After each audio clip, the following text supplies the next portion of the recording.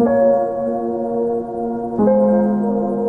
mabuting balita ngayon, habang nagsasalita si Jesus, may nagsabi sa kanya na nasa labas ang kanyang ina at kapatid. Ngunit sinabi ni Jesus, ang sino mang sumusunod sa kalooban ng aking amang nasa langit ay siya kong ina at mga kapatid. Hindi sinasabi ni Jesus dito na hindi niya inaaring ina ang mahal na Birheng Maria. Kung merong isang tao na sumunod sa kalooban ng Diyos perfectly, yaon ay ang mahal na Birheng Maria. Kaya she is more than qualified na mapabilang sa pamilya ng Diyos. Ipinapakita ni Jesus dito sa atin na tayo ay magiging isang pamilya at mga anak ng Diyos kapag sinusunod natin ang kaniyang kalooban. Take note, sinabi na Jesus na yaong mga sumusunod, hindi yaong mga nakikinig. Mahalaga ang pakikinig, pero ang pagsunod at paggawa sa kalooban ng Diyos ang requirement para mapabilang sa kaniyang pamilya. Kaya hindi sapat na sasabihin natin, oo, alam ko na yung 10 utos ng Diyos, alam ko na yung 7 sakramento, alam ko na yung homily ng pari, alam ko at memorize ko yung Biblia at ang mga verses nito. Pero ang tanong, sinusunod at ginagawa ba natin? Nandoon ang hamon ng Panginoon sa atin at doon tayo nagiging bahagi ng kanyang pamilya. Tandaan natin, ang pagsunod sa kalooban ng Diyos ay magdadala sa atin sa kaligtasan at mapabilang sa kanyang pamilya sa langit.